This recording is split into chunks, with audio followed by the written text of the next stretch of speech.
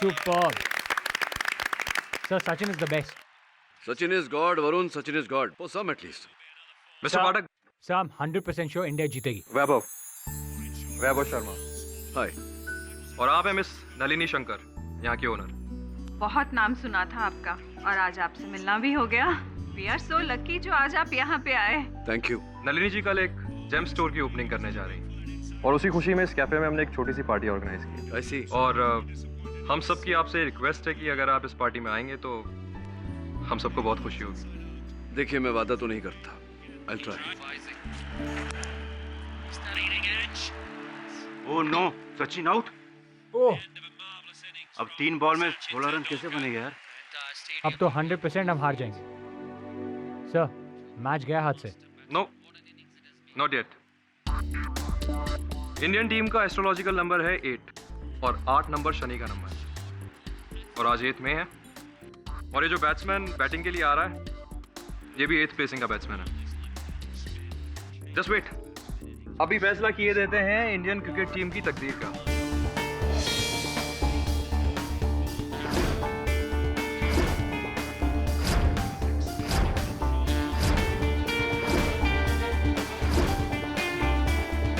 ये लीजिए, आज इंडियन क्रिकेट टीम को कोई नहीं हरा सकता। Really? How is it possible? खुद ही देख लीजिएगा, प्रत्यक्ष को प्रमाण की क्या आवश्यकता। अभी थोड़ी देर में फैसला आपकी आंखों के सामने हो जाएगा।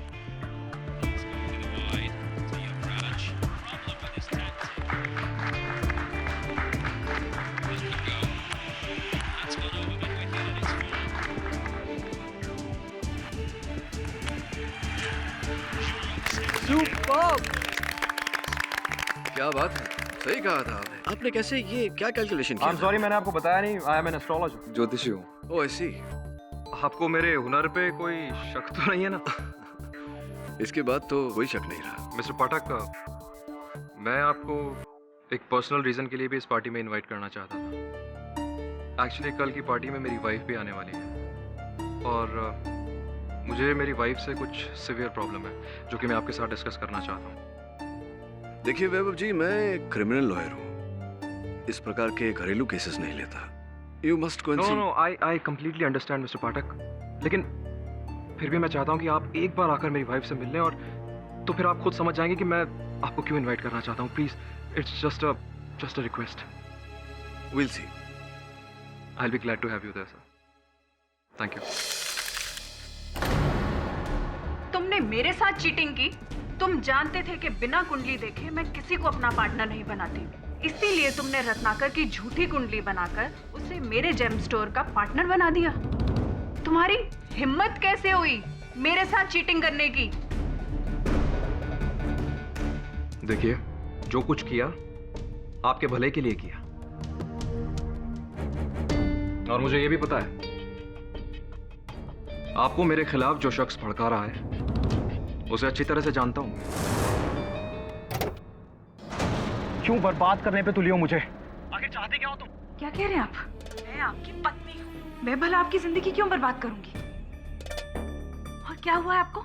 ये मत पूछो कि हुआ क्या है, ये बताओ कि तुमने नलिनी से क्या कहा? क्यों कर रही हो ये सब? क्या कर रही हूँ मैं? मुझे तो कुछ समझ में नहीं आ रहा कि मैंने क्या किया। और नलिनी से तो मैं कितने दिनों से मिली तक नहीं है। और आपकी जिंदगी में कुछ भी होता है तो उसके लिए जिम्मेदार आप मुझे क्यों ठहराते हैं? हर बार दोषी मैं ही क्यों बन जाती हूँ? क्योंकि तुम मेरी जिंदगी में सबसे बड़ी राहु की दशा हो। तुम्हारे अलावा और कोई रुकावट नहीं है मेरी लाइफ में। तंग आ गया हूं तुम्हारे इन लफड़ों और इन नौटंकियों से। लगता है अब मुझे तुमसे अलग होने के लिए कोई लीगल रास्ता ही अपनाना पड़ेगा। ये क्या कह रहे हैं आप?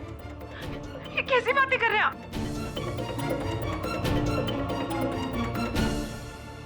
अगर अवनी ने नलिनी को कुछ नहीं बताया तो फिर कौन हो सकता है?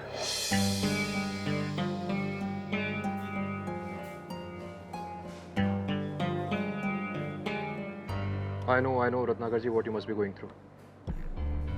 बस आज शाम की पार्टी शांति से निपट जाने दीजिए। बाकी एक बात तो तय है, नलिनी आपको अपना पार्टनर नहीं बनाएगी। ऐसा कैसे हो सकता है? तुमने मुझसे प्रॉमिस किया था। अब किसी ने नलिनी को चाहे ये बता दिया कि मैंने तुम्हारी नकली कुंडली बनाकर उसको दी है, तो उसमें क्या मेरी गलती है? और ये सब सच्चाई जानने के बाद अब नलिनी तुमसे और मुझसे दोनों से कोई मतलब नहीं रखना चाहती है। देखो, जेम स्टोर की पार्टनरशिप के लिए तुमने जो कहा, जब कहा, मैंने किया ना। हाँ वो सब ठीक है रत्नाकर जी, मैं कहाँ कुछ गलत बोल रहा हूँ, लेकिन फिलहाल आज शाम की पार्टी तक तो चुप बैठने में ही भलाई है। ठीक है, सिर्फ आज शाम के लिए मैं चुप बैठ सकता हूँ, उसके बाद all right, just don't worry, I take care of it.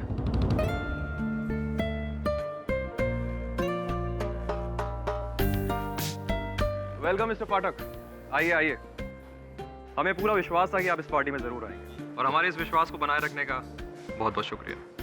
Thank you for having us here. आपको कुछ खास लोगों से मिलवाना है। रत्नाकर जी, आप हैं मिस्टर पाठक और मिस्टर रत्नाकर नलिनी जी के business manager. Come on, I show you something interesting. या, एक्सक्यूज मी। एक आविष्कार, एक अद्भुत सॉफ्टवेयर जिसमें आपका प्लेस ऑफ बर्थ और डेट ऑफ बर्थ डालने पर आपकी पूरी कुंडली, भूत, वर्तमान और भविष्य सब सामने आ जाता है।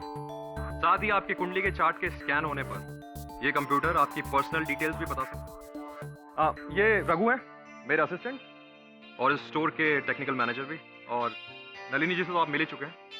Why don't you give it a shot? Please try.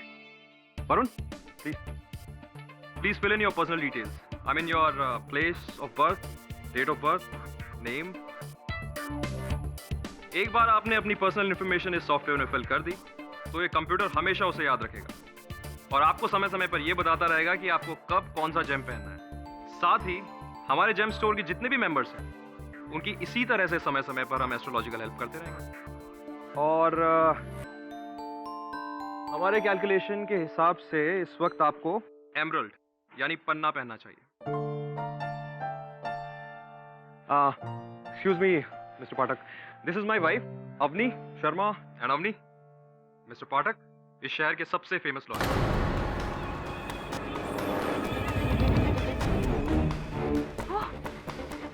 Lawyer, तो तुम तय कर चुके हो कि तुम मुझे डिवोर्स दे के रहोगे?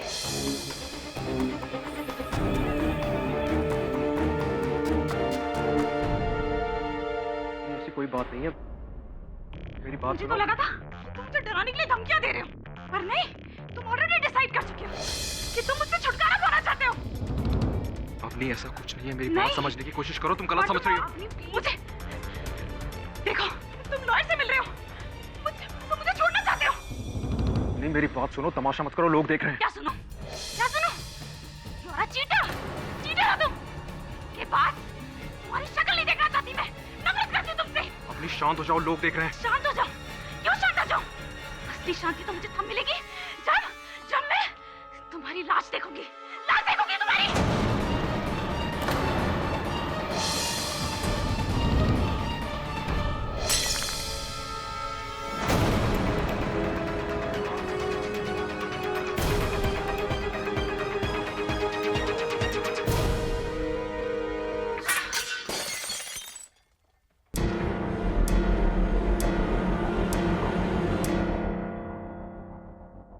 मिस्टर पाठक, अब तो आपने ये सारा माजरा अपनी खुद की आंखों से देखा ना कि क्यों मैं आपको अपनी पत्नी से मिलवाना चाहता था। क्योंकि मेरी खुद की कुंडली कहती है कि मेरी मौत मेरी बीवी के हाथों होगी।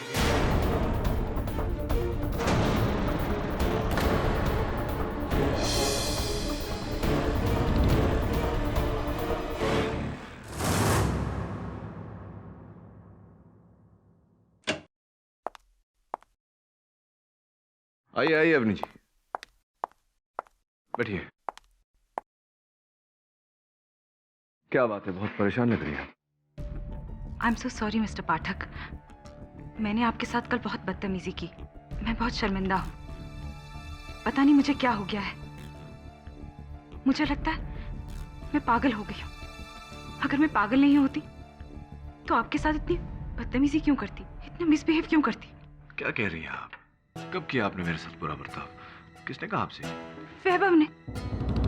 मतलब ऐसा कुछ हुआ ही नहीं क्या? तो वैभव ने मुझसे झूठ क्यों कहा? ये सब कुछ मेरे डिप्रेशन की वजह से हो रहा है। पता नहीं मुझे क्या हो रहा है। डर लगता है कि कहीं मैं कुछ कर ना बैठूं। देखिए, कुछ नहीं होगा, बस अच्छे डॉक्टर से अपना इलाज कराइए, सब ठीक हो जाएगा। मेरा इलाज संभव नहीं है। इस डिप्रेशन की वजह वैभव है, उसकी प्रेडिक्शन है। उसका मानना है कि मैं उसे मार डालूंगी। आप ही बताइए कि मैं अपने पति को क्यों मारूंगी?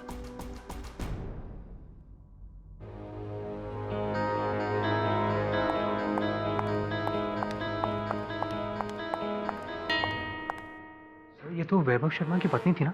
इसका पीछा कर देख कहाँ जा रही है। Right sir.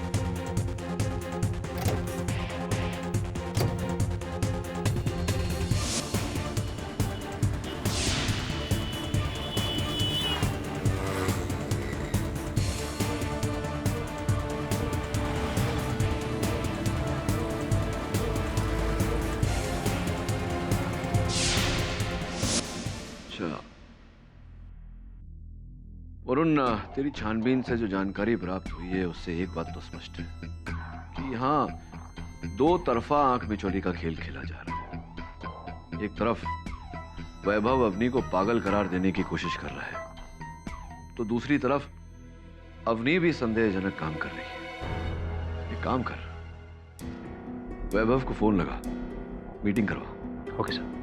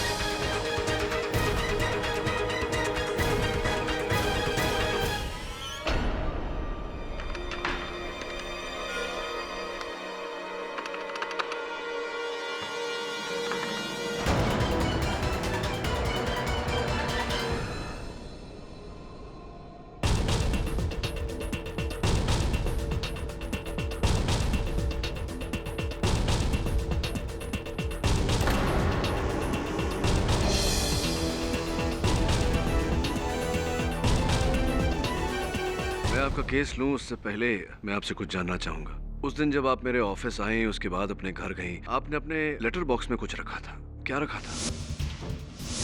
जी उसमें 10 लाख रुपए थे, वैभव को दिए थे किसी ने, और वो पैसे मुझे अपने भाई के रिहेबिलिटेशन सेंटर के लिए भेजने थे। अगर वैभव से मांग के लेती तो वो कभी वो मुझे पैसे अपने भाई तक नहीं पहुंचाने देता। उसके बाद आप संजीव नाम के किसी आदमी से मिली। Who is he? कौन है वो? संजीव को मैं काफी समय से जानती हूँ। मैं वैभव से चोरी छुपे संजीव के जरिए ही मेरे भाई तक पैसे पहुँचाती थी। उस दिन भी पैसे मैंने लेटर बॉक्स में ही रखे थे। वो लेटर बॉक्स की चाबी और एक नोट घर के बाहर गमले के नीचे रखती है। संजीव वहीं से चाबी निकालकर पैसे मेरे भाई तक पहुँचाता था। योर ऑनर, ये खून कोई सोची समझी हुई साजिश तो नहीं है, लेकिन एक खतरनाक बीमारी का भयानक नतीजा जरूर है। और इस बीमारी से मिसेस अवनी शर्मा पिछले कई सालों से जूझ रही है, जिस बीमारी का नाम है डिप्रेशन। एक कॉमन सी बीमारी है योर ऑनर, लेकिन इसके साइड इफेक्ट्स बहुत ही अनकॉमन होते हैं, बहुत ही डेंजरस।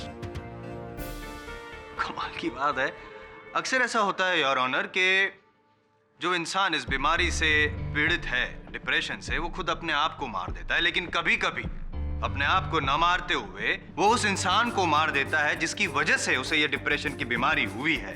और मिसेस अवनी शर्मा ने कुछ ऐसा ही किया, दूसरा रास्ता अपनाया और अपने पति का कत्ल कर दिया। ये झूठ बोल रहे हैं। मैंने अपने पति को नहीं मारा। मैं तो उनके कमरे में गई भी नहीं थी। ये सब लोग मुझ पे झूठा इल्जाम लगा रहे हैं। मेरी बात का कोई यकीन क्यों नहीं कर रहा? मैंने कह दिया ना कि मैंने अपने पति को नहीं मारा तो नहीं मारा। आप लोग जबरदस्ती मेरे पे झूठा इल्जाम क्यों लगाए जा रहे हैं? मुझे क्यों दोषी ऑर्डर ऑर्डर। मुल्जिमा से शांति की अपील की जाती है। अच्छा, लेकिन इस तरह किसी पे झूठा इल्जाम लगाया जाएगा तो वो शांत रहेगा? मैं जानती हूँ कि मैं बेगुनाह हूँ। मैंने किसी का कोई खून नहीं किया। मैं जा रही हूँ यहाँ से, मैं जा रही हूँ। छोड़ो मुझे, मैंने कहा मुझे छोड़ो, मुझे जाने दो। अवनी जी प्लीज शांत हो जाइए। आपके इस व्यवहार से आप अपने आप को दुविधा में डाल देंगी। प्लीज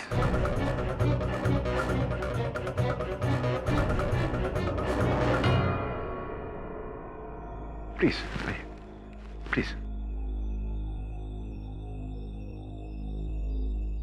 क्षमा चाहता हूं यार। Your honour, Mrs Avni Sharma के स्वरूप को, इस टेम्पर को आपके साथ साथ यहाँ पे अदालत में मौजूद सभी ने देखा। कुछ ऐसा ही महसूस किया होगा इन्होंने जब इन्होंने अपने पति का खून करने से कुछ क्षण पहले कुछ ऐसा महसूस किया होगा शायद इन्होंने। और योर ऑनर, एस्ट्रोलॉजर वैभव शर्मा, उनको कौन नहीं जानता, उनके प्रेडिक्शंस को कौन नहीं मानता। सभी जानते हैं कि एस्ट्रोलॉजर वैभव शर्मा के प्रेडिक्शंस कभी गलत आज तक साबित नहीं हुए। और उन्होंने खुद अपने लिए भविष्यवाणी की थी कि मेरा खून मेरी पत्नी के हाथों ही होगा, और वैसा ही। योर ऑनर, बड़ी हास्यमय बात कर रहे हैं जायसवाल साहब। केवल वैभव जी की भविष्यवाणी के आधार पर ये मेरे मुवक्किल को हत्यारिन प्रमाणित करना चाहते हैं। और कोई साक्ष्य, कोई सबूत है आपके पास, या बस यूं ही? इन्हें गुनहगार साबित करने के लिए मेरे पास कई सबूत है पाठक साहब। उनमें से एक तो मैं अभी आपको दिखा देता हूँ। योर ऑनर, ये वैभव शर्मा की डेड बॉडी के पास से ये शोपीस पाया गया है, और फॉरेंसिक जांच के हिसाब से इस शोपीस पर वैभव शर्मा के ब्लड पार्टिकल्स भी पाए गए हैं। और इससे साफ जाहिर होता है कि वैभव शर्मा का खून इस औरत वाली शोपीस से ही किया गया है। और जांच करने से और एक बात पता चली है योर ऑनर कि इस शोपीस पर जिसकी उंगलियों के निशान हैं वो और कोई नहीं, वो अवनी शर्मा ही है।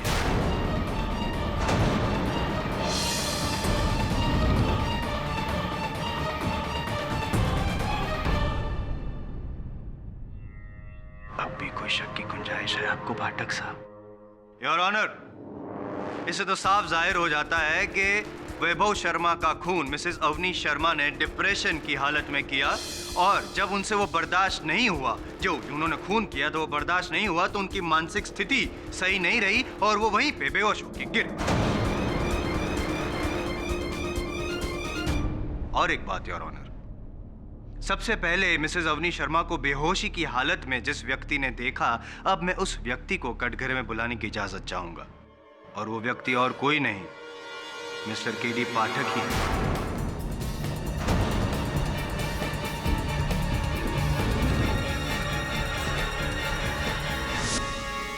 एक ही सवाल पूछूंगा, आपने पुलिस को जो बयान दिया है पाठक साहब, क्या वो सही है?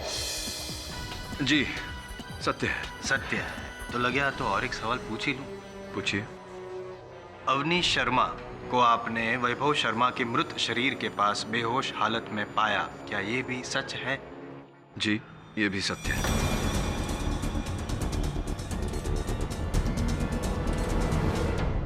Thank you. वापस आ सकते हैं मेरे साथ? जी नहीं जाऊंगा। हाँ, आपके प्रश्न भले ही शेष हो गए हों, आपके साक्षी से प्रतिपक्ष प्रश्न करना चाहेगा।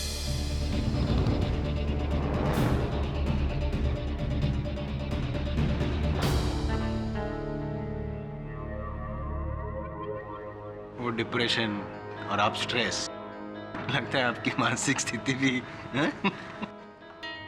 जायसवाल साहब, आप मेरी मानसिक स्थिति की चिंता ना करें तो बेहतर होगा आपके लिए। बौखला जाएंगे। योर ऑनर, अभियोग पक्ष मुझे प्रत्युत्तर के अधिकार से वंचित नहीं कर सकता। मैं यहां इस समय अभियोग पक्ष के साक्षी के रूप में खड़ा हूं, पर मैं अवनी जी का वकील भी हूं। प्रतिपक्ष अभियोग पक्ष के साक्षी से प्रश्न करने की अनुमति चाहता है। अनुमति है। पहला प्रश्न योर ऑनर, कि अंततः क्यों केडी पाठक वैभव शर्मा जी के घर गए थे? उत्तर, कुछ समय से मुझे लग रहा था कि वैभव शर्मा और अवनी शर्मा के बीच के रिश्ते में तनाव बना हुआ है। दोनों एक दूसरे पर मानसिक बोझ बन रहे हैं। वैभव शर्मा जी अवनी जी को पागल करार देना चाह रहे हैं।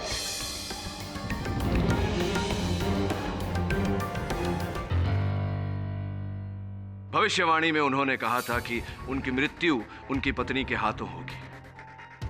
संभवतः यही कारण था योर ऑनर, अवनी जी के मानसिक ग्लानि का, इनके डिप्रेशन का, इनके अपने पति से भयभीत होने का। इस रिश्ते में अंततः क्या घटा, इस बारीकी को समझने के लिए मैं वैभव शर्मा जी के घर गया था। दूसरा प्रश्न योर ऑनर, जब केडी पाठक वैभव शर्मा जी के घर पहुंचे, सर्वप्रथम उन्होंने क्या देखा? उत्तर योर ऑनर, सर्वप्रथम मैंने किसी व्यक्ति को गाड़ी में बैठकर जाते हुए देखा।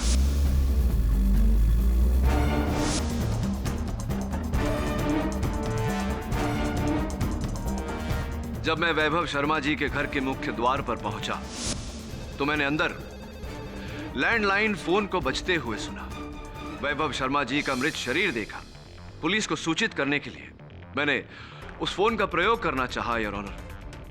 फिर पाया कि उस फोन का तार काट दिया गया था, जिसका अर्थ मेरे दोस्त ये होता है कि हत्यारा पूरे समय उस कमरे में उपस्थित था। मेरी उपस्थिति में उसने टेलीफोन का तार काटा। किंतु योर ऑनर, खोजने पर मुझे वहां कोई नहीं मिला। बहुत ही विचित्र बात है। योर ऑनर, विचित्र बात भी है और ऑब्जेक्शनेबल भी। केडी पाठक, जो गवाह केडी पाठक यहाँ पे कटघरे में खड़े हैं, वो वकील केडी पाठक का रूप लेके कोर्ट को गुमराह कर रहे हैं, कहानियां बना रहे हैं। आप अपने इस डबल रोल में मुझे कंफ्यूज नहीं कर पाएंगे केडी पाठक साहब, क्योंकि आपकी मुवक्किल को गुनहगार साबित करने के मेरे पास और भी सबूत है। योर ऑनर, मैं जेम स्टोर की मालकिन मिसेस नलिनी शर्मा को कटघरे में बुलाने की इजाजत चाहूंगा, अगर आप जगह खाली करें तो।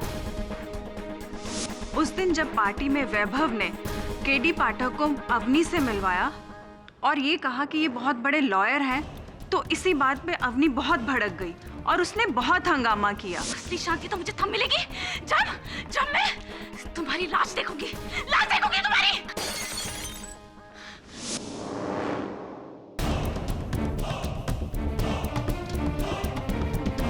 बल्कि योर ऑनर, सिर्फ देखी ही नहीं वैभव की लाश, लेकिन मिसेस अवनी शर्मा ने खुद वैभव को एक लाश में बदल दिया।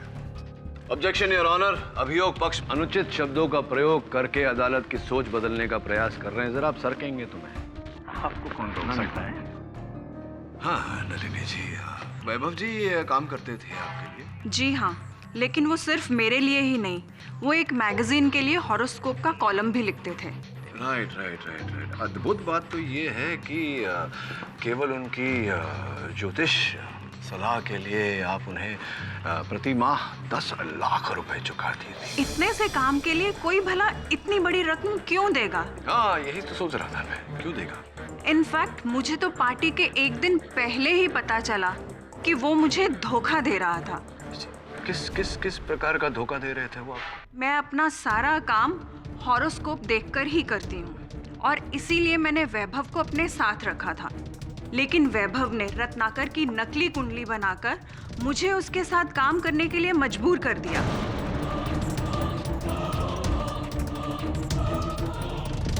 और ये बात मुझे तभी पता चल गई थी कि वैभव ने रत्नाकर की गलत कुंडली मुझे दिखाई है और इसी बात को लेकर मैं उससे बहुत नाराज थी। फिर इस नाराजगी के चलते आपने क्या अगला कदम उठाया, क्या किया आपने? मैंने उसको अपनी पार्टनरशिप से बेदखल कर दिया, सिंपल। योर ऑनर, मैं रत्नाकर जी को कटघरे में बुलाने की अनुमति चाहता हूँ। अभी नलिनी जी ने अपने कथन में कहा कि आपने वैभव जी से गलत कुंडली बनवाकर भागीदारी की उनके व्यवसाय में। सच है ये बात? जी हाँ, सच है। क्या व्यक्तिगत लाभ था वैभव जी का ऐसा करने में? सिंपल सी बात है, सिर्फ पैसों के लिए। मैंने उस काम के लिए वैभव को 10 लाख रुपए दिए थे।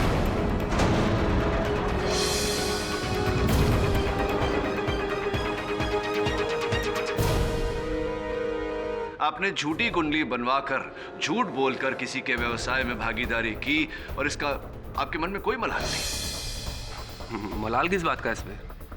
It's a business. उसने मेरे लिए काम किया, उसके बदले में मैंने उसको पे किया, सिंपल। और कोई छोटी मोटी रकम नहीं दी मैंने उसको। I agree with you Ratnakar ji, it's not a small amount at all. 10 lakh रुपए छोटी रकम नहीं होती। और जिस कार्य के लिए आपने ये रकम दिया था, जब वो कार्य असफल हुआ तो स्पष्ट है कि आपको क्रोध आया होगा और उसी क्रोध में आप वैभव जी के घर पहुंचे। आपने उनसे वो रकम लौटाने को कहा, वैभव जी ने मना किया। उस क्रोध के आवेश में की हत्या की। उनके घर से निकलने के समय आपके पांव से फूलदान को ठोकर लगी। फूलदान के नीचे आपको चिट्ठी और एक चाबी मिली, जिस चाबी से आपने अवनी शर्मा जी का लेटर बॉक्स खोला, 10 लाख रुपए उसमें से निकाले और फरार हो गए।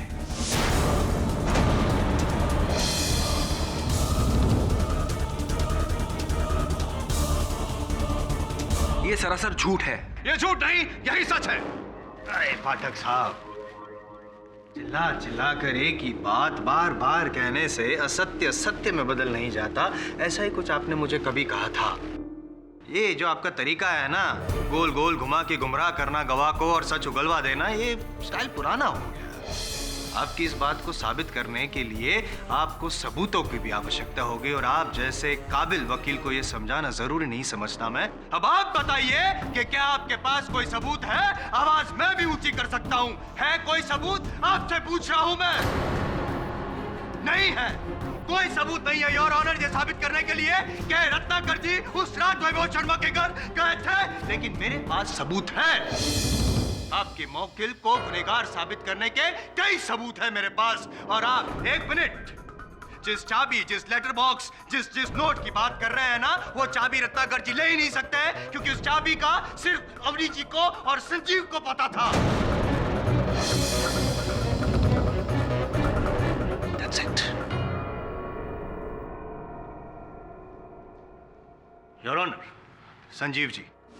जी, मैं जब वहां पहुंचा तो मुझे ना तो वहां पे कोई नोट मिला, ना ही कोई चाबी। ओह अच्छा अच्छा अच्छा। तो आपको नोट चाबी कुछ नहीं मिला, तो आपने मिसेज अवनी शर्मा को कांटेक्ट तो किया होगा? जी नहीं, मुझे अवनी जी ने कहा था मुझे अगर वहां गमले के नीचे कोई नोट ना मिले तो मैं चला जाऊं। और मैं जब वहां गया तो मुझे कुछ मिला ही नहीं, तो मैं वापस आ गया वहां से। योर ऑनर, ये आदमी झूठ बोल रहा है, सरासर झूठ बोल रहा है, क्योंकि ये मिसेज अवनी शर्मा का पार्टनर इन क्राइम है। दरअसल हुआ ये था कि उनको नोट मिली थी और वहां से ये नोट लेके गायब हो गए, ताकि सारा शक रत्नाकर जी पर जाए। और ये सब झूठ है। मुझ पर सरासर झूठा इल्जाम लगाया जा रहा है। मैं ना ही उन पैसों के बारे में, ना ही इस कत्ल के बारे में कुछ जानती हूँ। मैंने तो अपने भाई तक पैसे पहुंचाने के लिए वहां पैसे रखे थे,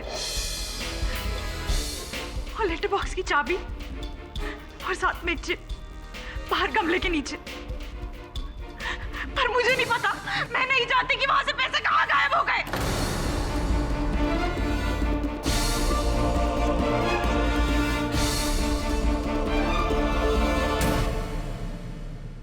जज साहब, मैंने कुछ नहीं किया, मुझे फंसाया जा रहा है। मैंने कुछ नहीं किया, मैं बेगुनाह हूं, मैंने कुछ नहीं किया।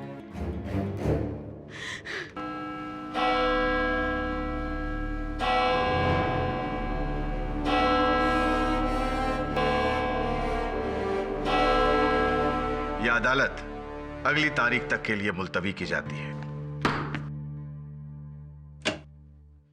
Hi sir. सर, एक काम की न्यूज़ है।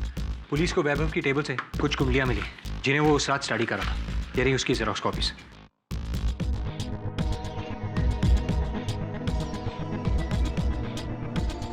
वरुण, किसी भी कुंडली पर व्यक्ति का नाम नहीं है, कैसे पता चलेगा किसकी कुंडली है?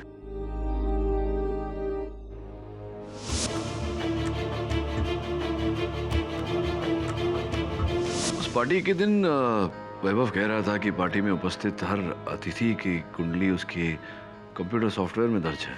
जी हाँ, इस कंप्यूटर में सबकी कुंडलियां हैं और सबके डिटेल्स हैं। अच्छा, तो क्या आप चेक करके बता सकते हैं कि किनकी कुंडलियां हैं? जी बिल्कुल।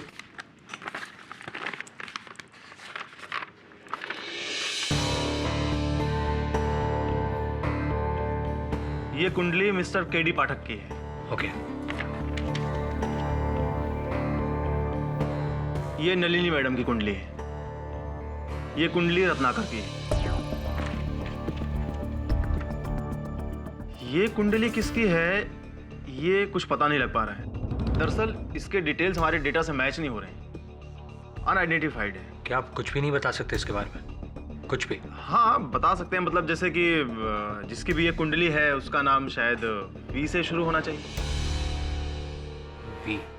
नलिनी जी मेरे उलझन का निवारण कीजिए। ये जो बताइए कि रत्नाकर की झूठी कुंडली मिलने के बाद जब आपका वैभव शर्मा के साथ कोई सरोकार ही नहीं रहा तो फिर उस रात आप उसके घर क्यों गई थी? नहीं, मैं उससे मिलने नहीं गई थी, पर हाँ मैंने उससे फोन जरूर किया था कि मैं उससे मिलने आ रही हूँ, लेकिन मैं उससे मिलने नहीं गई थी।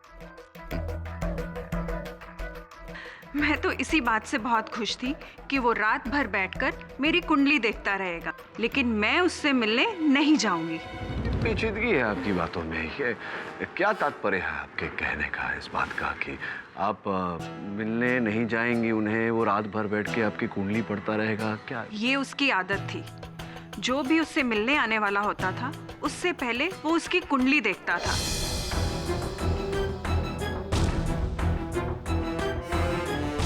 और उसके बारे में सारी जानकारी हासिल करता था। कर रहा था योर ऑनर, यानी कि मर चुके हैं ये तो साबित हो चुका है, और जो इंसान मर चुका है उसकी हॉबीज के बारे में जानकारी हासिल करके पाठक साहब अदालत का वक्त बर्बाद कर रहे हैं, ऐसा मुझे लग रहा है। क्यों?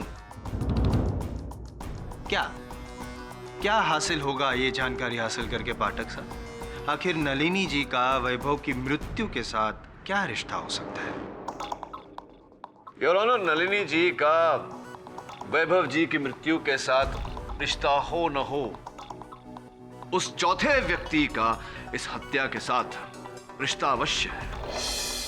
उस रात को वैभव शर्मा की मेज पर 4 कुंडलियां थी, एक मेरी, एक नलिनी जी की, रत्नाकर जी की, और चौथी कुंडली किसी गुमनाम व्यक्ति की। उस गुमनाम व्यक्ति को मैं कटघरे में बुलाऊं उससे पहले रत्नाकर जी को बुला के उनसे जरा बातचीत करने की अनुमति चाहता हूं। रत्नाकर जी, नलिनी जी ने अपने कथन में कहा कि वैभव शर्मा जी जब व्यावसायिक रूप से किसी की प्रतीक्षा कर रहे होते तो उस व्यक्ति की कुंडली निकालकर पढ़ लिया करते थे। उस रात उनके मेज पर 4 कुंडलियां थी, जिनमें से एक आपकी थी रत्नाकर जी। जी हाँ, मैं उस रात उसके पास जाने तो वाला था लेकिन नहीं जा पाया। अच्छा, आप भी जाने वाले थे किंतु गए नहीं। पिछली सुनवाई में अभियोग पक्ष महोदय बड़ा गला फाड़ फाड़ कर सबूत मांग रहे थे। सबूत ये है कि जिस गाड़ी को मैंने वहां से जाते हुए देखा था वो आप ही की गाड़ी है। कृपया कर बताइए, मुझे समझाइए कि अगर आप वहां गए ही नहीं तो आपकी गाड़ी वहां क्या कर रही थी? देखिए, मैं वैभव से मिलने गया था, लेकिन जब मैं वहां पहुंचा तो मैंने देखा कि वैभव की डेड बॉडी वहां पड़ी है। ऐसे में मैं घबरा गया। मुझे लगा कि शायद इल्जाम मुझ पर ना आ जाए, इसलिए मैं वहां से जितनी जल्दी हो सके वहां से निकल गया। फूलदान के पास आपको फिर वो चिट्ठी और चाबी भी मिली थी, और उस चाबी से आपने 10 लाख रुपए लेटर बॉक्स से निकाले थे। सबूत है इसका मेरे पास। उस लेटर बॉक्स पर आपकी उंगलियों के निशान मिले हैं।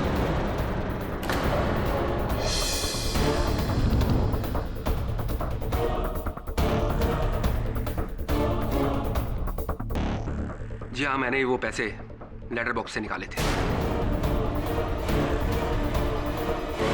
वो मेरे पैसे थे, मैंने ले लिए तो क्या गलती की बताइए आप?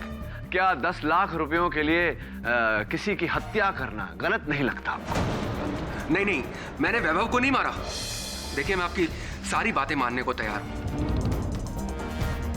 यह भी मानने को तैयार हूं कि मैंने यहां बात बात पर झूठ बोला है, लेकिन यह बात मानने को बिल्कुल तैयार नहीं हूं कि मैंने वैभव का खून किया ना। देखिए रत्नाकर जी, वैभव शर्मा की हत्या करने का कारण तो था आपके पास, था या नहीं? वैभव की हत्या करके मुझे क्या मिलने वाला है? मुझे तो अपने पैसे चाहिए थे, वो मुझे मिल गए। मैंने वैभव का खून नहीं किया। रत्नाकर जी, एक बात तो आपने स्वयं स्वीकार किया है कि हत्या होने के बाद आपको वो रुपए वहां से मिले। सही है ये? क्षमा चाहता हूं योर ऑनर।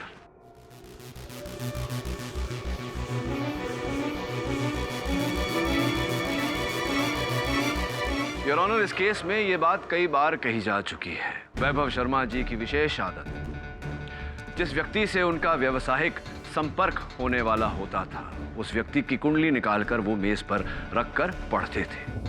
योर ऑनर, अदालत में ये बात भी कही जा चुकी है कि उस रात वैभव शर्मा जी की मेज पर 4 कुंडलियां रखी थी। एक मेरी, दूसरी नलिनी जी की, तीसरी रत्नाकर जी की और चौथी किसी गुमनाम व्यक्ति की। अब वैभव शर्मा जी तो रहे नहीं कि हमें बताएं कि वो चौथी कुंडली किसकी थी। मैं उनके सहायक रघु को कटघरे में बुलाकर ये इस बात की पुष्टि करना चाहूंगा।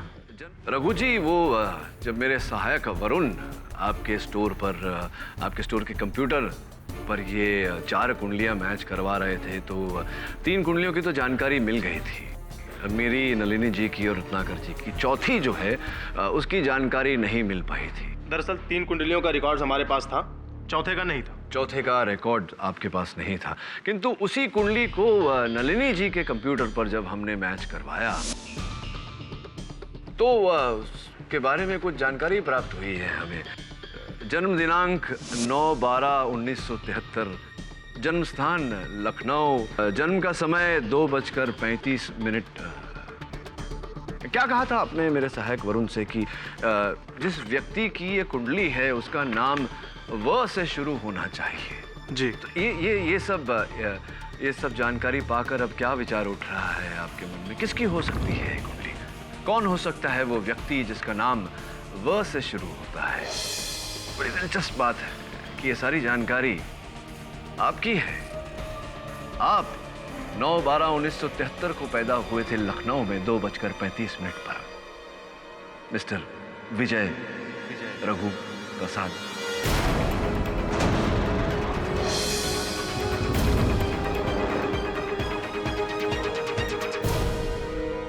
जी, आप अपनी जगह सही हो सकते हैं। मैं वैभव से मिलने गया था, लेकिन इससे कुछ भी साबित नहीं होता है। थोड़ी बहुत बातचीत हुई, इसके बाद मैं अपने घर आ गया। सुबह मुझे पता चला कि उसकी पत्नी अवनी ने वैभव का खून कर दिया है। चूंकि मैं इस झमेले में नहीं पड़ना चाहता था, इसलिए मैंने झूठ बोला। आपने कहा कि आप वैभव जी से मिलकर अपने घर लौट गए थे। जिस समय आप लौटे उस समय वैभव जी जीवित थे। माननी पड़ेगी आपकी बात मुझे रघु जी, क्योंकि और कोई सबूत तो है नहीं मेरे पास। अब फिर से प्रोसिक्यूटर महोदय गला फाड़ फाड़ कर सबूत की मांग करेंगे। चलिए, आपकी बात मान लेते हैं। बस एक छोटी सी समस्या है, अगर आप उसका निवारण कर दें तो आपका बहुत आभार मानूंगा। ये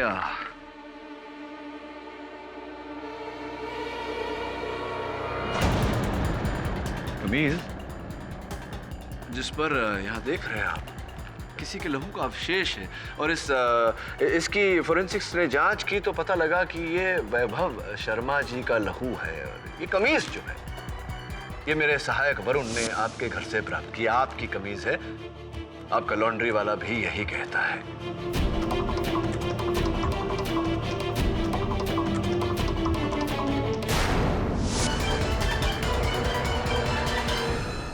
हाँ, मैंने मारा वैभव को।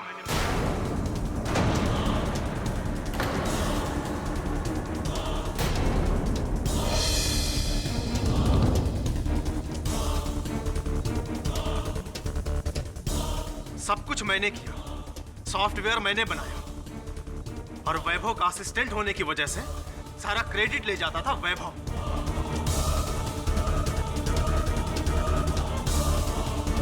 मुझे लगा कि जब तक ये वैभव जिंदा रहेगा मुझे क्रेडिट मिलने वाला नहीं है, इसलिए मैंने वैभव को गलत साबित करने की सोची। मैंने नलिनी मैडम को बताया कि किस तरह से वैभव ने रत्नाकर की गलत कुंडली बनाई और उसे मैडम की कुंडली से मैच कराकर उनका बिजनेस पार्टनर बना दिया। लेकिन मैंने देखा कि इससे भी कुछ होने वाला नहीं है। मुझे मेरा क्रेडिट मिलने वाला नहीं है। और अगर वैभव जिंदा रहता तो मैं पूरी जिंदगी वैभव का असिस्टेंट ही बनकर रहता।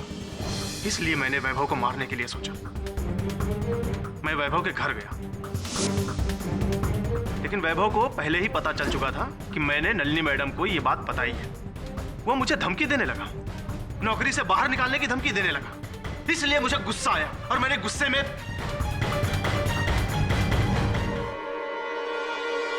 और वो वहीं पर मर गया।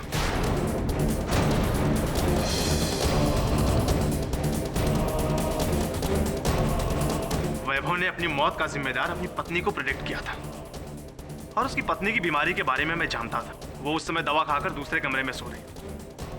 मैंने उसको वहां से उठाया और वैभव की लाश के पास लिटा दिया।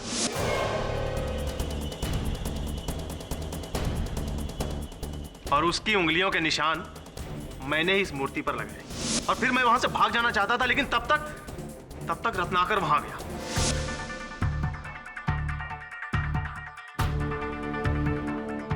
रत्नाकर के जाने के बाद मैं निकलना ही चाहता था, तब तक फोन की घंटी बजने लगी और दरवाजे पर आहट।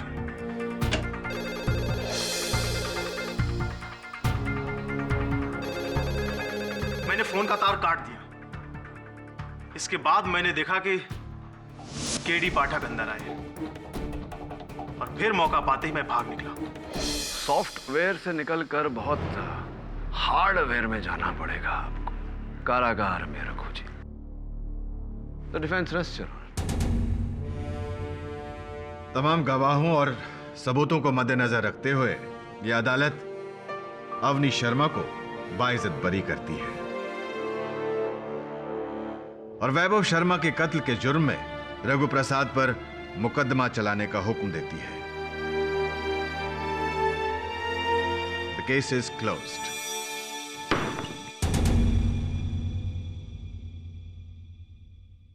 पाठक साहब। जी जायसवाल साहब। आप हर बार हर केस जीत क्यों जाते हैं, पता है आपको?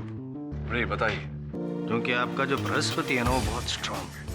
वो वैभव शर्मा ने जो आपकी कुंडली बनाई थी, प्रेडिक्शंस जो आपके बारे में किए थे, वो मैंने देखे। ओह ऐसे।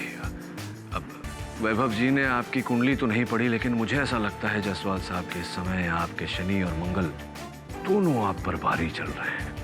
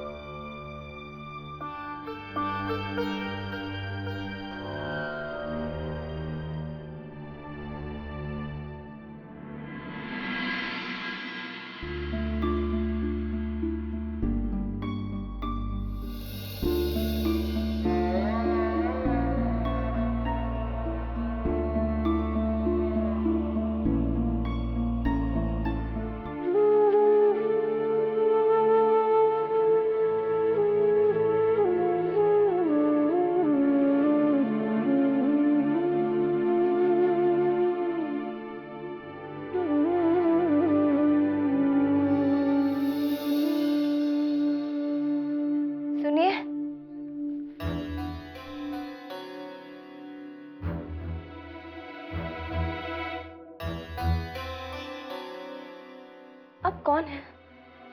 मैंने आपको उस दिन हॉस्पिटल के बाहर भी देखा था, जब माँ एक्सपायर हो गई थी, और उनके अंतिम संस्कार पे भी देखा था। आज आप यहाँ, प्लीज मुझे बताइए, अब कौन है?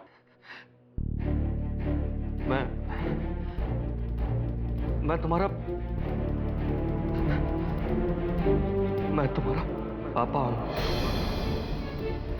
Your father. पापा? आप मेरे पापा हैं? पापा?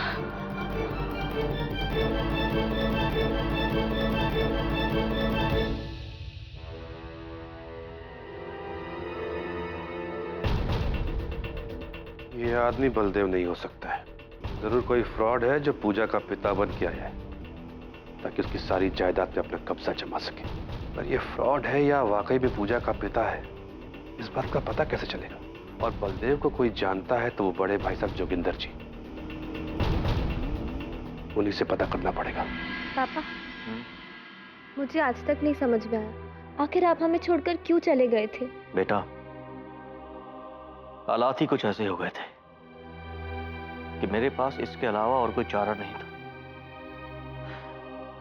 लेकिन अब तो मैं वापस आ गया हूं ना।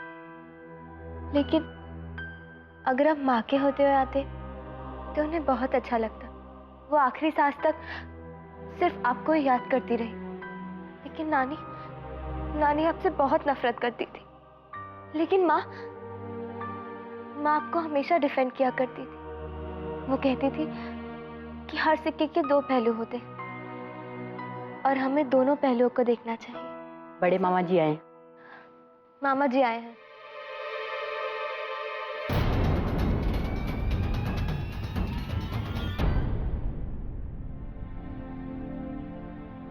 नमस्ते मामा जी।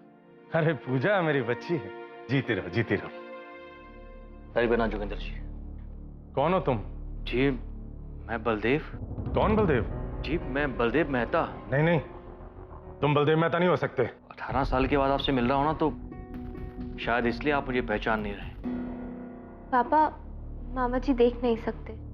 हाँ, 5 साल पहले एक एक्सीडेंट में मेरी आंखें चली गई थी। मैं देख नहीं सकता, मगर किसी की भी आवाज पहचान जरूर सकता हूँ। ये बलदेव मेहता की आवाज नहीं है। तुम बलदेव मेहता हो ही नहीं। मामा जी, आप ऐसा कैसे कह सकते हैं?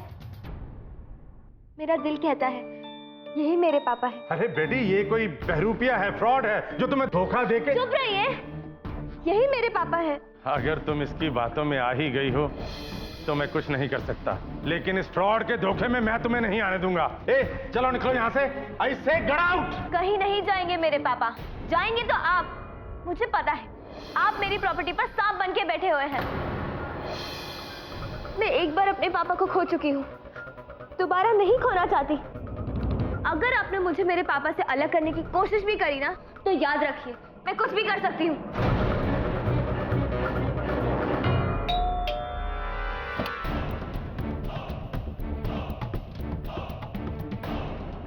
मिस्टर बलदेव मेहता। बलदेव मेहता?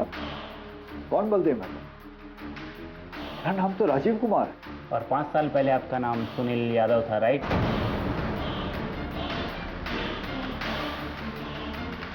कौन हो?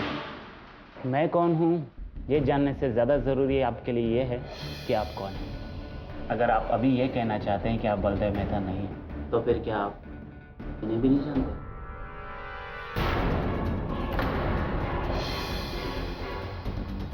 क्या चाहते हो तुम? यही कि अपनी बेटी को एक फ्रॉड के हाथों से बचाइए और बेंगलोर से मुंबई वापस चलिए।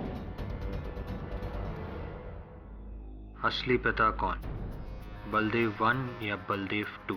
ये पूजा मल्होत्रा की जिंदगी में भी अजीब समय चल रहा है।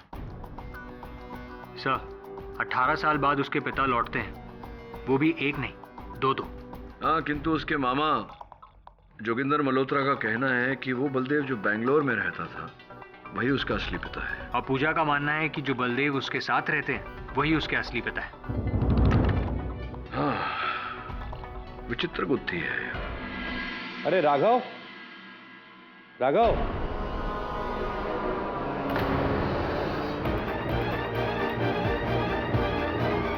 भाई साहब। अच्छा राजवीर जी, आपको इनकी हत्या के बारे में कैसे पता चला? जी मैं यहाँ 7 बजे तक पहुँच गया था। अपने ऑफिस से सीधा मैं यहीं आया भाई साहब से जरूरी बात करनी थी, लेकिन यहाँ आकर के देखा कि उन्हें किसी ने मार दिया। किसी पर शक? बलदेव मेहता। जब भाई साहब ने दोनों बलदेव मेहता के डीएनए टेस्ट करवाए तो वो बलदेव मेहता इस बात से डरा हुआ था कि कहीं उसकी असलियत सामने ना आ जाए, घबराया हुआ था वो। बलदेव मेहता? जी। घर में कोई है?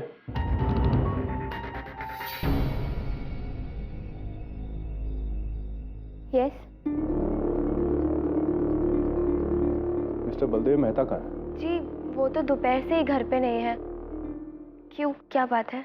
आपके मामा जी जोगिंदर मल्होत्रा को किसी ने खून कर दिया। क्या?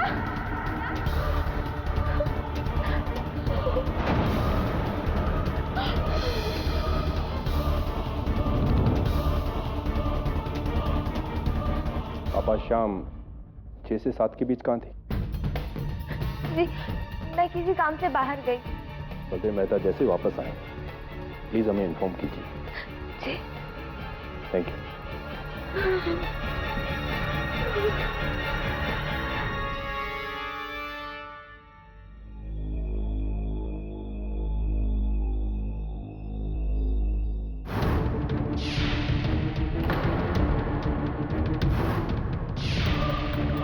पूजा को बुलाकर लाओ।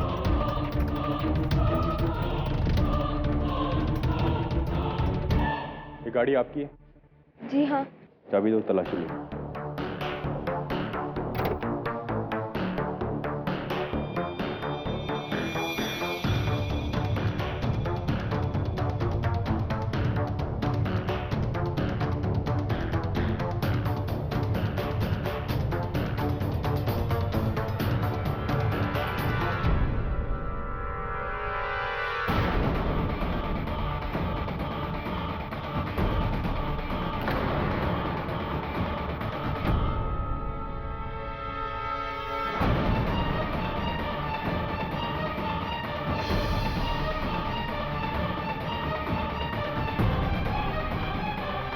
बलदेव मेहता जी, आजकल आपकी तस्वीर समेत अखबार में बड़ी खबर भी छप रही है। फिर तो आपने आज का न्यूज़पेपर भी पढ़ा होगा। जी। जोगिंदर मल्होत्रा के कत्ल के इल्जाम में पुलिस ने पूजा को अरेस्ट किया। भला वो अपने ही मामा जी का कत्ल क्यों करेगी? केडी साहब, मैं आपसे हाथ जोड़कर रिक्वेस्ट करता हूँ, प्लीज पूजा को बचा लीजिए। पूजा को बचाने का एक ही रास्ता है। अदालत में आपको स्पष्ट रूप से सच सच बताना पड़ेगा कि उसका असल पिता कौन है। मैं सब कुछ सच सच बताऊंगा, कुछ भी झूठ नहीं बोलूंगा अदालत के सामने। बस आप पूजा के ऊपर लगे हुए इस इल्जाम से उसे बचा लीजिए, प्लीज। ठीक है, पूरी कोशिश करूंगा। Your honour, Pooja Malhotra industries की होने वाली मैनेजिंग डायरेक्टर। इनकी जिंदगी में एक अजीब मोड़ आया योर ऑनर, जब इनकी माताजी कावेरी देवी के देहांत पर 18 साल बाद इनके तथाकथित पिताजी का आगमन हुआ। वो वापस आए। अब पूजा मल्होत्रा ने बिना सोचे समझे इमोशनल हो गए इनके पिताजी को एक्सेप्ट कर लिया, यानी कि बलदेव मेहता को एक्सेप्ट कर लिया। Natural reaction. लेकिन एक नेचुरल रिएक्शन और आया। इनके जो लीगल गार्डियन थे जोगिंदर मल्होत्रा, वो ये बलदेव मेहता को एक्सेप्ट नहीं कर पाए, क्योंकि उनके हिसाब से ये जो Baldev Mehta, your honour sorry मैं डिस्टर्ब कर रहा हूँ बीच में, इस केस में 2 बलदेव मेहता हैं और इस कोर्ट में भी मौजूद है, तो कंफ्यूजन कम करने के लिए मैं बलदेव 1 और बलदेव 2 यूं संबोधित करूंगा। हाँ, तो ये जो जोगिंदर मल्होत्रा थे, उनके हिसाब से ये बलदेव 1 वो फ्रॉड था,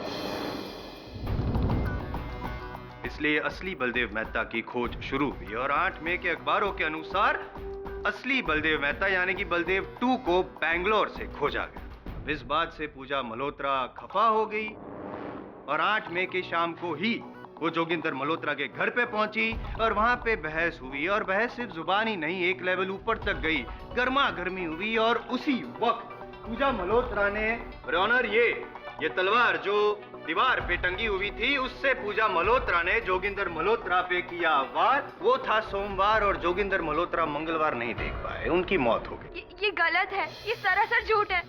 मैंने मामा जी का खून नहीं किया है। मैं तो उस दिन उनके घर भी नहीं गई थी।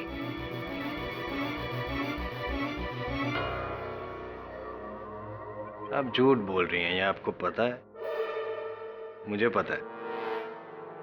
छोड़िए, क्या आप ये बात जानती थी, आपको पता था कि आपके मामा जी जोगिंदर मल्होत्रा जी उस बलदेव मेहता को फ्रॉड मानते थे? आप इस बात से भी नाराज थी कि आपके मामा जी ने बलदेव नंबर 1 और बलदेव नंबर 2 दोनों का डीएनए टेस्ट करवाया? हाँ, मैं मानती हूँ कि मैं इन सब चीजों की वजह से उनसे नाराज जरूर थी, पर इसका मतलब ये नहीं है कि मैंने उनका खून किया है। तो फिर ऐसा कैसे हो गया कि आपकी गाड़ी की डिक्की में वो तलवार वो वहां पे कैसे बरामद हुई?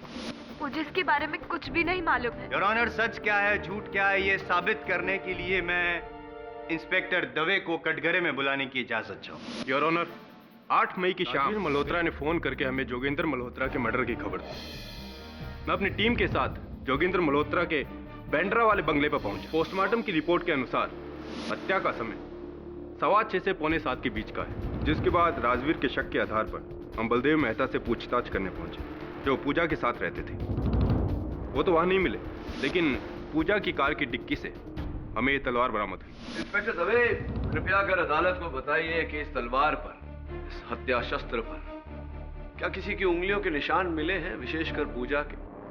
जी नहीं, इस तलवार पर किसी की उंगलियों के निशान नहीं। तो फिर इस आधार पर हम ये कह रहे हैं कि पूजा ने इस तलवार से जोगिंदर जी की हत्या की। पहला तो ये कि पूजा की कार की डिक्की से ये तलवार बरामद हुई, और दूसरा जोगिंदर जी के घर पर पूजा की उंगलियों के निशान मिले हैं।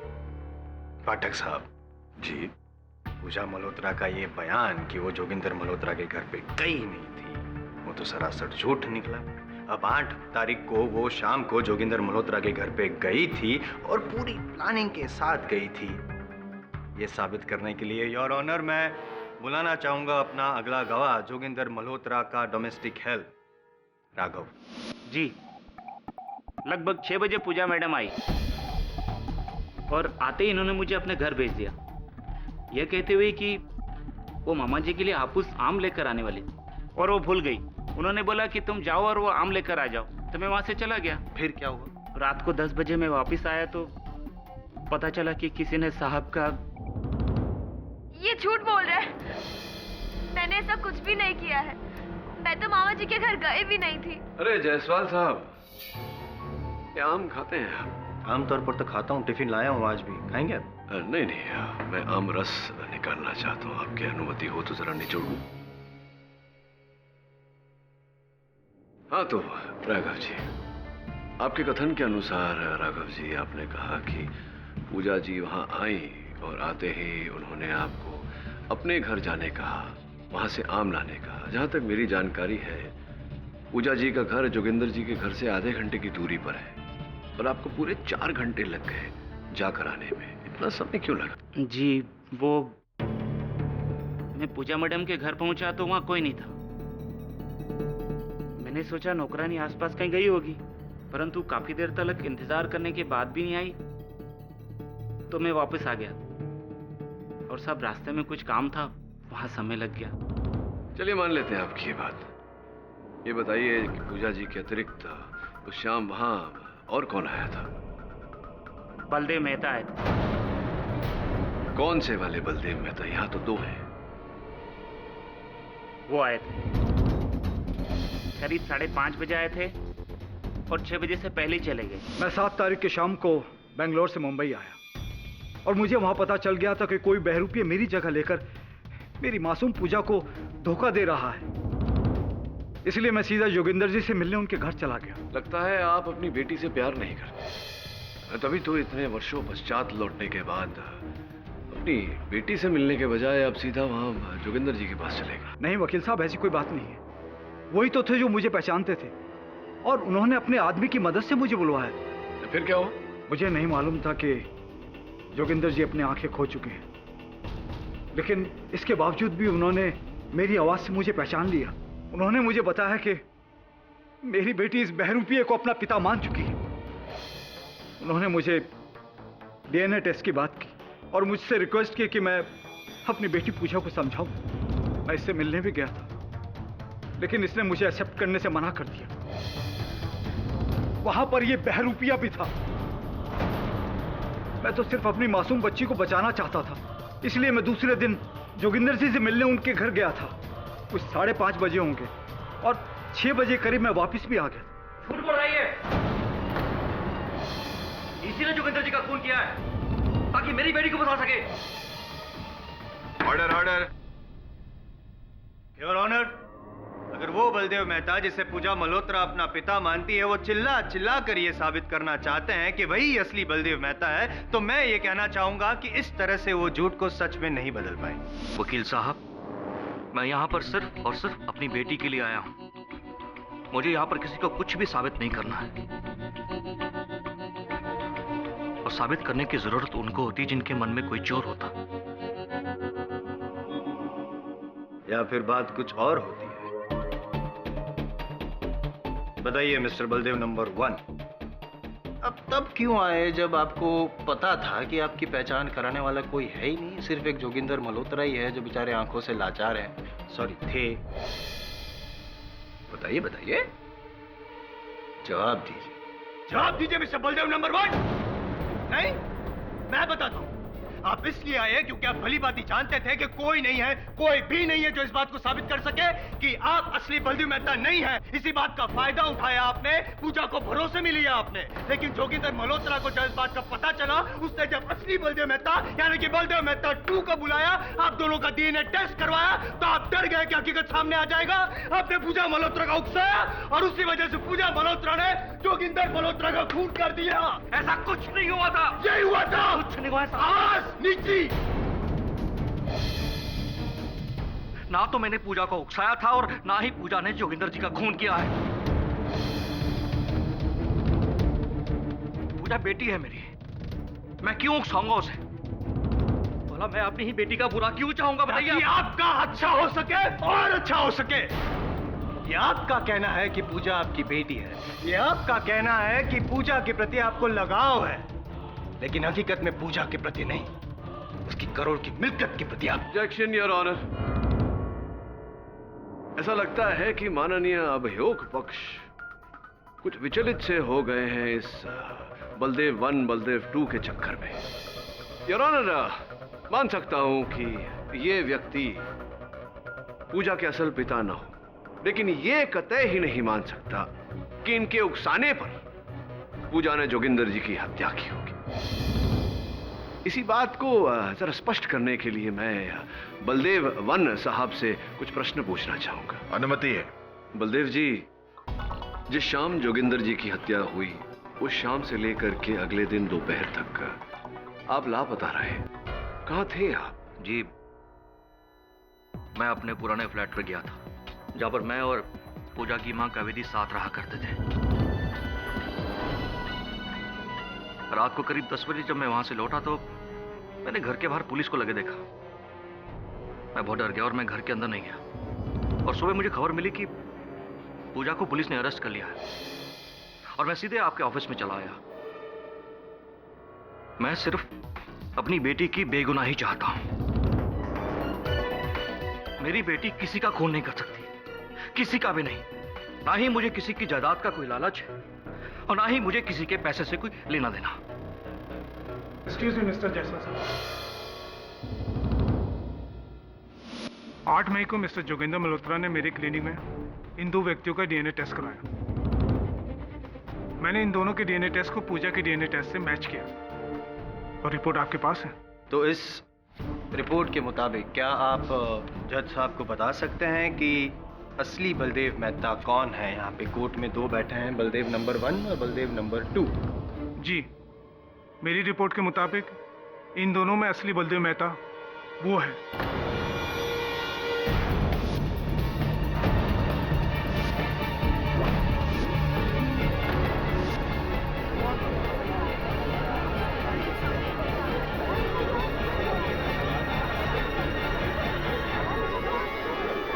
Order order, silence please. यानी कि बलदेव नंबर 2। जी योर ऑनर, अब इस बात को साबित करने के लिए कि बलदेव नंबर 1 ने ही पूजा मल्होत्रा को उकसाया था, इस बात को साबित करने के लिए एक और गवाह को यहाँ पे कटघरे में बुलाना चाहूंगा। जोगिंदर मल्होत्रा के छोटे भाई राजवीर मल्होत्रा। जी, ये घटना मेरे सामने की ही थी। जब भाई साहब ने, मेरा मतलब है जोगिंदर भाई साहब ने हम सबको डॉक्टर सक्सेना की क्लिनिक में आने के लिए कहा था, हम सब वहाँ पहुँचे थे और ये धोखेबाज जो पूजा के साथ ही रह रहा था, पूजा के साथ ही वहाँ आया था। लेकिन जैसे ही भाई साहब ने डीएनए टेस्ट की बात कही। आखिरी बार कह रही हूँ, अगर आपने मेरे पापा के साथ कोई भी जोर जबरदस्ती करने की कोशिश की ना, तो मैं किसी को नहीं छोड़ूंगी, समझे आप? राजवीर जी, क्लिनिक में डीएनए टेस्ट होने के बाद जोगिंदर जी ने अपने दफ्तर आकर एक 25 लाख रुपए की रकम निकलवाई थी। उनकी हत्या के बाद सर्वप्रथम आप ही वहां पहुंचे थे, आप ही ने पुलिस को बुलाया था। पुलिस की खोज के बाद वहां से 25 लाख रुपए तो बरामद नहीं हुई, कहाँ गए वो रुपए? जी, मैं ही वो शख्स था जिसने पुलिस को फोन किया था। लेकिन वकील साहब, 25 लाख के बारे में मुझे कुछ भी नहीं पता है। चलिए जो भी हो, ये बताइए कि आप जब वहां शाम को 7 बजे जोगिंदर जी के घर पहुंचे तो कहां से आ रहे थे आप? जी मैं अपने अंधेरी ऑफिस से सीधे उनके बांद्रा घर पे ही आया था। अपने अंधेरी ऑफिस से सीधा उनके घर पहुंचे बांद्रा? जी। जोगिंदर जी का घर बांद्रा में है। ये बताइए कि आप बांद्रा से आगे महिम पर क्या कर रहे थे? ये क्या कह रहे हैं आप? भला मैं माहिम क्यों जाऊंगा? और ये अंधेरी और बांद्रा के बीच में माहिम कहां से आ गया? ये ऐसे झुटलाने का प्रयास मत कीजिए। जिस पेट्रोल पंप से आपने अपनी गाड़ी में तेल डलवाया था, आपने क्रेडिट कार्ड से उसका मूल्य चुकाया था, उसकी रसीद जज साहब की मेज पर पड़ी हुई है। क्या कर रहे थे आप महिम में? वकील साहब, दरअसल मैं भाई साहब के घर शाम को 6:30 बजे ही पहुंच गया था। लेकिन जैसे मैं वहां पहुंचा तो मैंने देखा एक कार वहां से बाहर जा रही है। अब कार कौन चला रहा था ये मैं नहीं देख सका। फिर मुझे थोड़ा डाउट सा हुआ और मैंने कार का पीछा किया। बांद्रा से आगे माहिम के पास मैंने जाके देखा कि वो कार पूजा चला रही थी।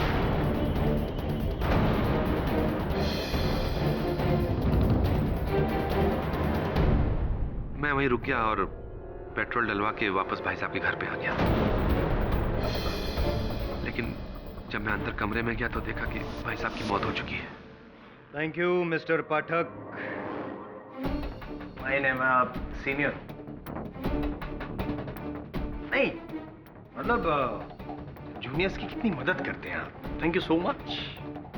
क्या है कि जब अगर आपको याद हो कि जब केस शुरू हुआ था ये वाला, तब पूजा मल्होत्रा ने ये कहा था कि वो तो कभी जोगिंदर मल्होत्रा के घर पे गई नहीं। अगर गई ही नहीं थी तो फिर मिस्टर राजवीर ने उनको वहां पे देखा कैसे?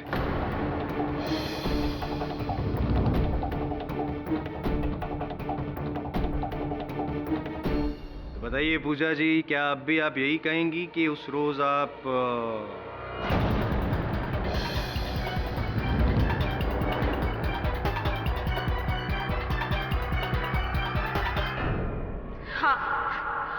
हाँ, मैं मामा जी के घर शाम के 6 बजे गई।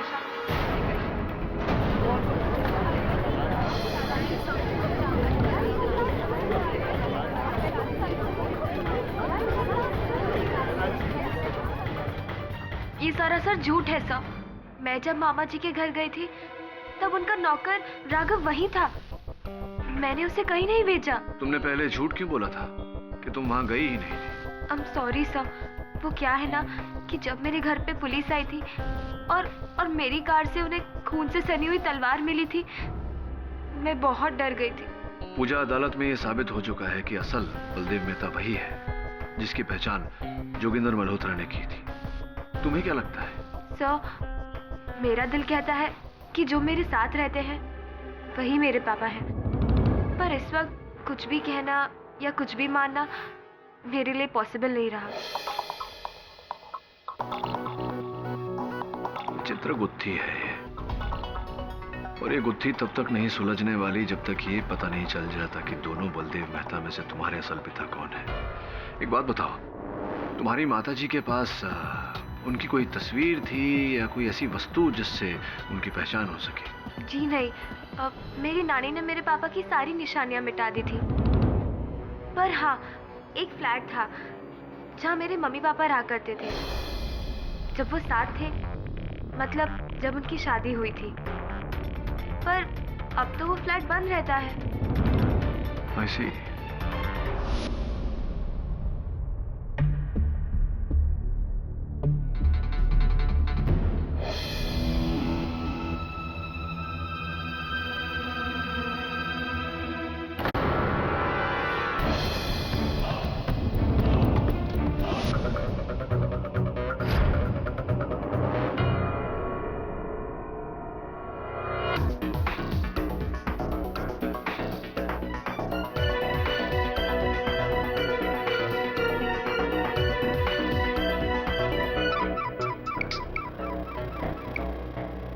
हाँ वर्णन बोल।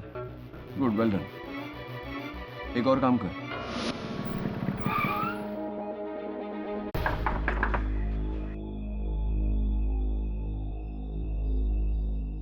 जी कहिए। मुझे राघव से मिलना है, वो है क्या? जी नहीं, वो तो नहीं है।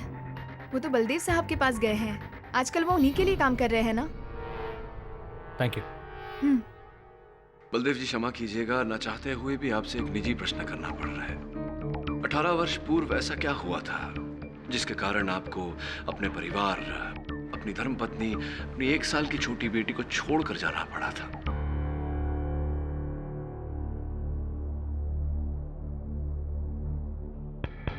कावेरी के घर वाले मुझे पसंद नहीं करते थे। मुझे वहां पर हमेशा ऐसा फील होता था कि मैं इन लोगों के लायक नहीं, बहुत छोटा इंसान था मैं। कावेरी जिस कंपनी में मालकिन थी उस कंपनी में एक मामूली सा मैनेजर था मैं। कौन व्यक्ति था विशेषकर जो आपको ऐसा आभास दिलाता था कि अब मामूली है? सब लोग, लेकिन खास तौर से जोगिंदर जी। आगे बताइए, क्या घटना घटी जिसके कारण आप 18 वर्ष तक लापता हो गए? एक दिन जोगिंदर जी ने मुझे कंपनी के काम से जयपुर की ब्रांच में भेजा था और उसी रात को वहां पर 10 लाख रुपए की चोरी हो गई। पता नहीं कैसे, लेकिन वो 10 लाख रुपए मुझे मेरे ही कमरे से मिले। इससे पहले कि मैं इस बारे में किसी को बता पाता, मुझे पता चला कि पुलिस मुझे ढूंढ रही है, मुझे चोर समझ रही है। मैं डर के मारे वहां से भाग निकला और जब मैंने कावेरी को सच बताने का निश्चय किया तो मुझे पता चला कि कावेरी भी मुझे चोर समझ रही है और मेरी शक्ल तक नहीं देखना चाहती। ये बात जो कावेरी आपको चोर समझ रही है और आपका मुंह नहीं देखना चाहती, ये बात किसने बताई आपको? जी, जोगिंदर जी ने। ये बात भी जोगिंदर जी ने आपको बताई। कुल मिला के आप ये कहना चाहते हैं? पाठक साहब, आप क्या कहना चाहते हैं? समझ में नहीं आ रहा है मुझे, क्योंकि अदालत में तो ये साबित हो चुका है कि ये जो है आपके सामने खड़े हैं वो असली बलदेव मेहता नहीं, ये पीछे बैठे हैं वो असली बलदेव मेहता है। असल बलदेव मेहता ये ही है।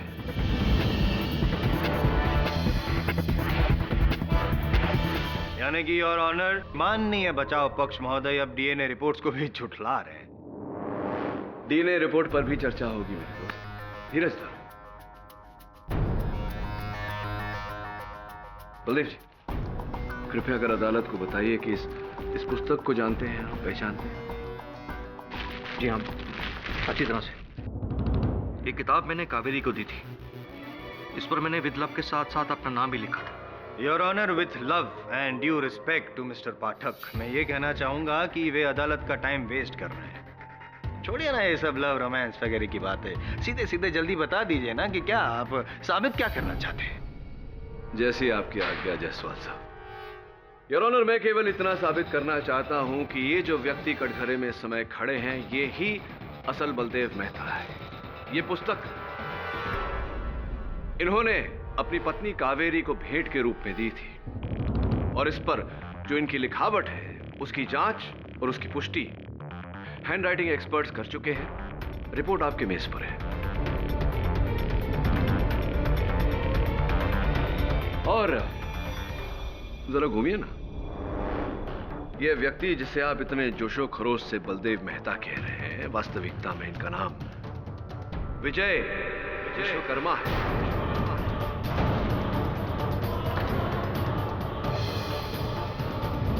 मैं नहीं मानता इस बात को योर ऑनर। कैसे कह सकते हैं पाठक साहब कि जो पीछे जनाब बैठे हैं वो विजय विश्वकर्मा है और बलदेव मेहता नहीं, जबकि जोगिंदर मल्होत्रा ने खुद पहचान की है उनकी, और यहाँ तक कि डीएनए रिपोर्ट्स में भी यही साबित हुआ है कि ये जो पीछे बैठे हैं जनाब वही बलदेव मेहता है, और डीएनए रिपोर्ट्स भी यही कहती है। अटक गई है आपकी जायसवाल साहब डीएनए रिपोर्ट्स पर, तो चलिए आपका ये काम भी किए देते हैं। योर ऑनर, डीएनए रिपोर्ट्स की पुष्टि करने के लिए मैं डॉक्टर किशोर सक्सेना को एक बार फिर से कटघरे में बुलाना चाहूंगा। योर ऑनर, पुलिस ने डॉक्टर सक्सेना के लॉकर से 10 लाख रुपए नकद बरामद किए। उन नोटों पर जो सीरियल नंबर्स हैं वो उस रकम के नोटों के सीरियल नंबर से मेल खाते हैं जो रकम जोगिंदर जी ने अपने कंपनी से निकाले थे, 25 लाख रुपए। इससे तो स्पष्ट होता है डॉक्टर साहब की जोगिंदर जी ने ही आपको वो 10 लाख रुपए दिए थे। जी, ये 10 लाख रुपए मुझे खुद जोगिंदर मल्होत्रा जी ने दी थे। आश्चर्यजनक बात है कि डीएनए टेस्टिंग के लिए इतनी बड़ी रकम 10 लाख रुपए की। जी नहीं, ये 10 लाख रुपए मुझे डीएनए टेस्ट के लिए नहीं, बल्कि इसलिए दिए थे कि उस आदमी के पक्ष में मैं रिपोर्ट प्रेजेंट कर सकूं।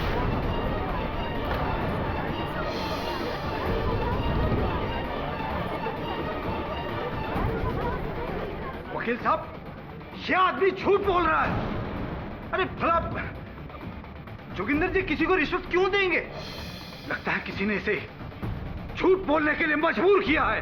तो आइए, आप आकर सत्य बोलिए। क्यों आप हम सबको कष्ट दे रहे हैं, अदालत का समय व्यर्थ कर रहे हैं? मान जाइए कि आप बलदेव मेहता नहीं, विजय विश्वकर्मा हैं।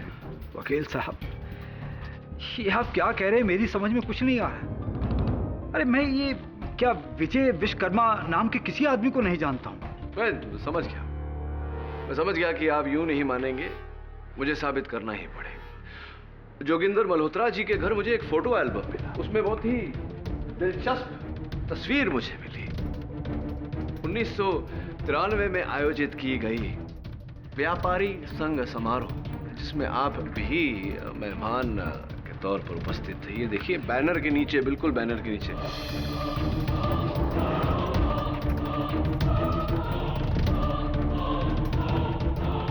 आप ही है ना? नहीं। योर ऑनर, मैं चाहता हूं कि आप गौर से इस तस्वीर को देखें। 1993 का व्यापारी संघ समारोह, बैनर के नीचे मिस्टर विजय विश्वकर्मा खड़े हैं। तो क्या मिस्टर पाठक, वो खड़े थे तो क्या इससे ये साबित होता है कि ये बलदेव मेहता नहीं है? क्योंकि बलदेव मेहता क्या कभी खड़े नहीं हो सकते?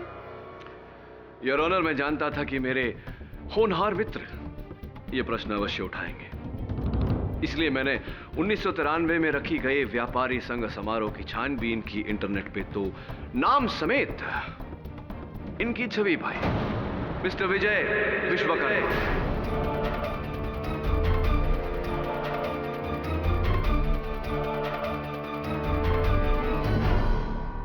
जोगिंदर जी जानते थे कि आप बलदेव मेहता नहीं, विजय विश्वकर्मा हैं, क्योंकि उन्होंने ही आपको विजय विश्वकर्मा से बलदेव मेहता बनाया और बनाए रखने के लिए 10 लाख रुपए की घूस डॉक्टर सक्सेना को दी, आपकी नकली डीएनए रिपोर्ट बनाने के लिए। क्या ये सही है या सही है? देखिए वकील साहब, ये आप मुझ पर गलत इल्जाम लगा रहे हैं। बड़े ढीठ किस्म के आदमी हैं आप। चलिए कोई बात नहीं। वरुण,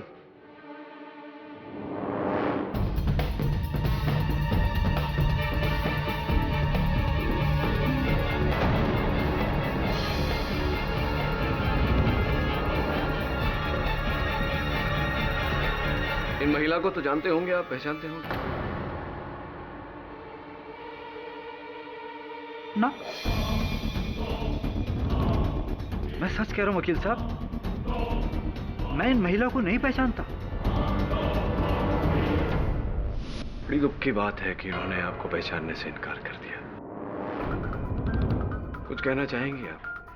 ये इंसान मुझे क्यों पहचानेगा, जो चंद पैसों के लालच की वजह से 18 साल पहले मुझे छोड़कर चला गया था।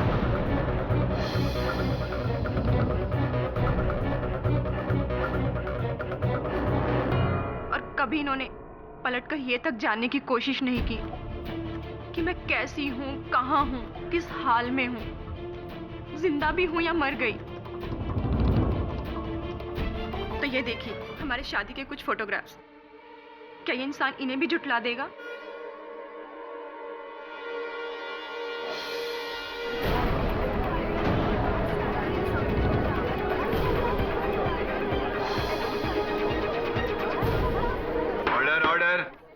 योर ऑनर,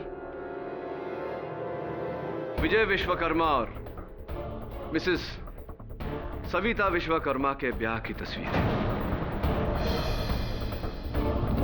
मैं हर प्रकार से प्रमाणित कर चुका हूं कि ये व्यक्ति झूठ बोल रहा है। ये बलदेव मेहता नहीं, विजय विश्वकर्मा ही है।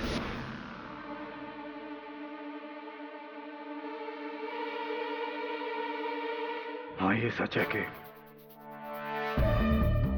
मैं ही विजय विश्वकर्मा।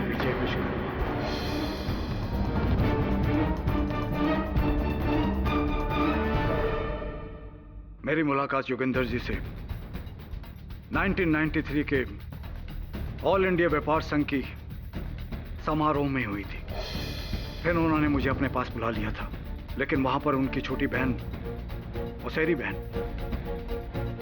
जिसके नाम पर करोड़ों की संपत्ति थी, वो अपने किसी मैनेजर से प्यार करने लगी थी। बलदेव मेहता नाम था उसका, और बाद में उन्होंने शादी भी कर ली थी। और इसी बात से जोगिंदर जी खफा थे। वो चाहते थे किसी भी तरह से बलदेव मेहता को किसी चोरी के इल्जाम में फंसाकर वो अपनी बहन से दूर करना चाहते थे। और मैंने बलदेव मेहता को 10 लाख के चोरी के इल्जाम में फंसा दिया।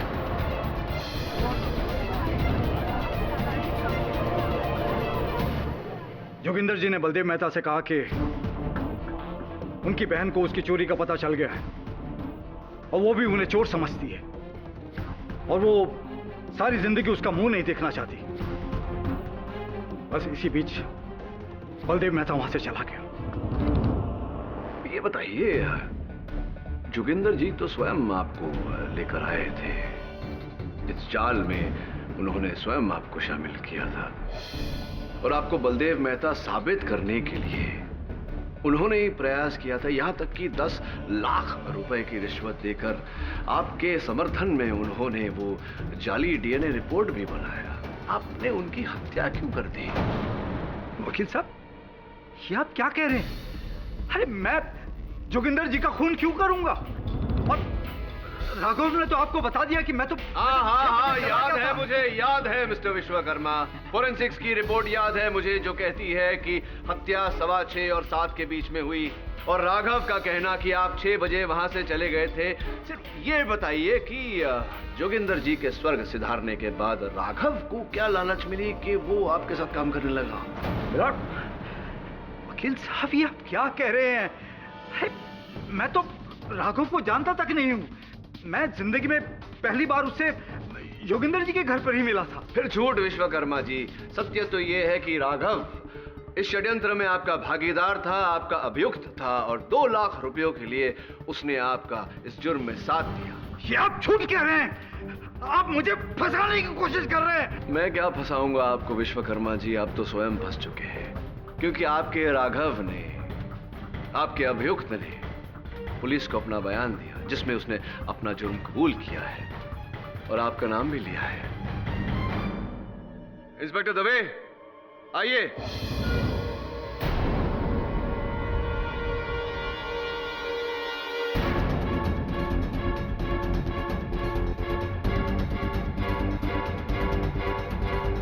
एक बार फिर समय आ गया है विश्वकर्मा जी सत्य का सामना करने की।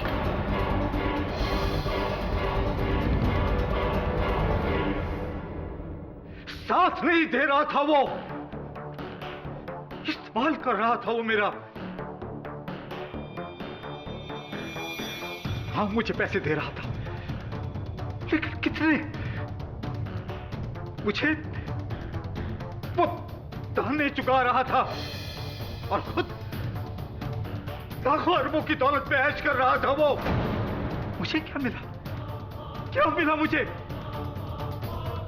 नाम बदलकर सारे शहरों में भटकना,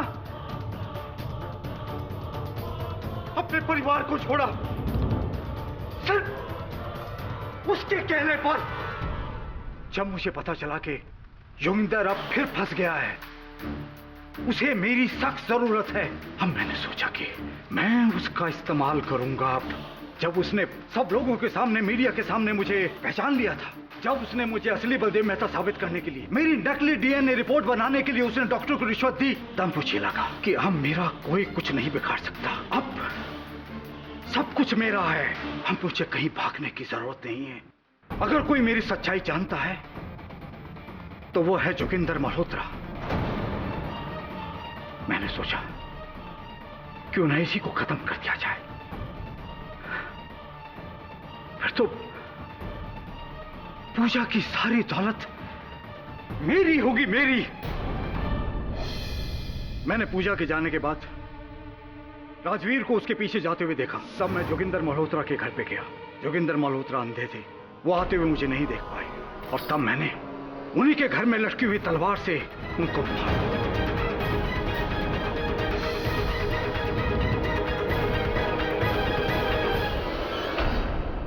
और उसके सेफ से बचे हुए 15 लाख रुपए भी मैंने निकाल लिए। लेकिन बदकिस्मती थी, राघव ने मुझे देख लिया। लेकिन मैंने राघव को समझाया और 2 लाख रुपए देकर उसे मुंह बंद करने के लिए कहा।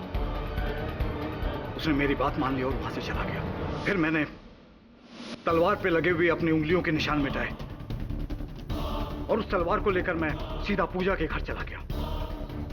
वहां उसकी कार खड़ी देखी और उसकी डिग्गी में जाकर मैंने वो तलवार रख दी।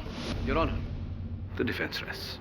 यह अदालत विजय विश्वकर्मा पर कत्ल और धोखाधड़ी के इल्जाम में केस चलाने का हुक्म देती है और साथ ही साथ राघव शास्त्री को भी गिरफ्तार करने का हुक्म देती है, जिसने इस गुनाह में इसका साथ दिया। और यह अदालत पूजा मल्होत्रा को बाइज्जत बरी करती है।